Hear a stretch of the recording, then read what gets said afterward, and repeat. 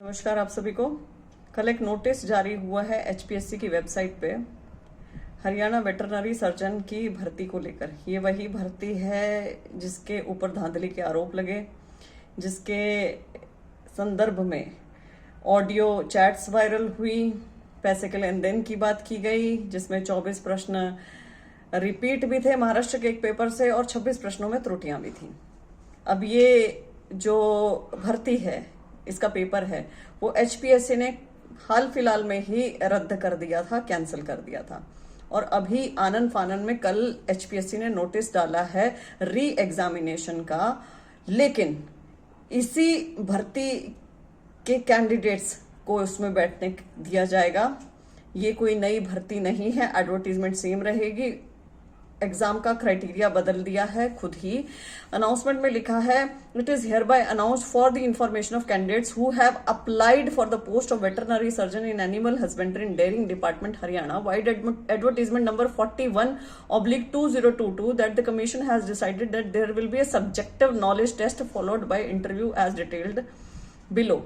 उसके बाद इन्होंने स्कीम और पैटर्न एग्जाम का बताया, सब्जेक्ट नॉलेज टेस्ट किसका होगा वो बताया है, इंटरव्यू का बताया है, वेटेज 12.5% रहेगी। सब्जेक्ट नॉलेज टेस्ट जो इनका रिटन एग्जामिनेशन होगा उसकी जो वेटेज है वो 87.5% अंकों की रहेगी। उसके बाद में इन्होंने सिलेबस दे दिया है। कहने का अर्थ ये है कि इन्होंने नई एडवर्टीजमेंट निकाले बिना जो पुरानी भर्ती इन्होंने रद्द की थी, उसी भर्ती को एग्जाम का पैटर्न बदल के दोबारा से सीधे लिख दिया है कि आप लोगों का तो भैया पेपर होगा और पेपर फला फला डेट को होगा। Date of subject knowledge test 28/1/2024, 28 जनवरी 2024 को होगा।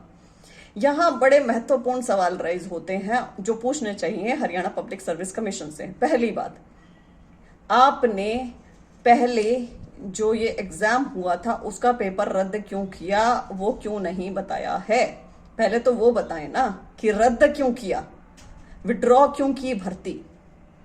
उसे बताए बिना सेम भर्ती के सेम कैंडिडेट्स को नए पैटर्न के हिसाब से सीधा एग्जाम की डेट देके एक नोटिस जारी कर दिया। वाह जी वाह। जो पहली भर्ती विड्रॉ की, कैंसिल की, वो किस बिना पे की? क्योंकि उस भर्ती के ऊपर बहुत बड़े बड़े एलिगेशन लगे हुए हैं। उस भर्ती के ऊपर पैसे के लेन देन की बातें सामने आई हैं। उस भर्ती के ऊपर पुलिस की इंक्वायरी बैठी है। उस भर्ती के ऊपर बहुत सारी चीजें हुई हैं और पूरी चीज खुल के सामने आई। इससे पहले आप विड्रॉ करके उसे चले गए और अब आपने नई भर्ती कर दी और अब आपने सभी सारे सेम कैंडिडेट्स को बैठने का मौका दे दिया।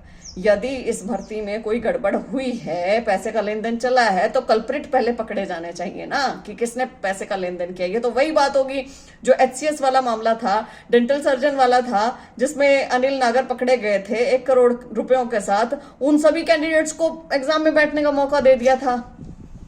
उनमें ये थोड़े छांटे थे कि इसकी इन 15 की आंसर कॉपी अनिल नागर लेके बैठा था तो इन 15 को पेपर देने से रोक देते ना।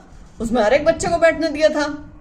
अब यही काम आप वेटरनरी सर्जन में कर रहे हैं। इसमें क्या अब आप अलग कर रहे हैं? इसमें बस वही है कि थोड़ा सा नाटक करके तो ऐसा तो नहीं होना चाहिए ना। आप पहले बताएं कि आपने पहली भर्ती रद्द क्यों की, फिर उसके बाद आप नई भर्ती निकालें। और क्राइटेरिया चेंज करने का मतलब, आई डोंट नो लॉ की पोजीशन इसके अंदर क्या है कि आप सेम भर्ती में पहले कोई और क्राइटेरिया देते हैं, फिर अपनी मर्जी से उस क्राइटेरिया को चेंज कर देते हैं। सब्जेक्ट का जो पैटर्न है, pattern of examination he change कर देते हैं। क्या लॉ इस बारे में कहता है ये भी मैं जानना चाहती हूँ। लेकिन सबसे पहले आपने पहली भर्ती रद्द क्यों की वो बताएं। दूसरी बात, कल्प्रिट है उन्हें बाहर निकालें, उन्हें सजा दें। तीसरी बात, फिर फेयर भर्ती करवाएं। ये समझ में आता है।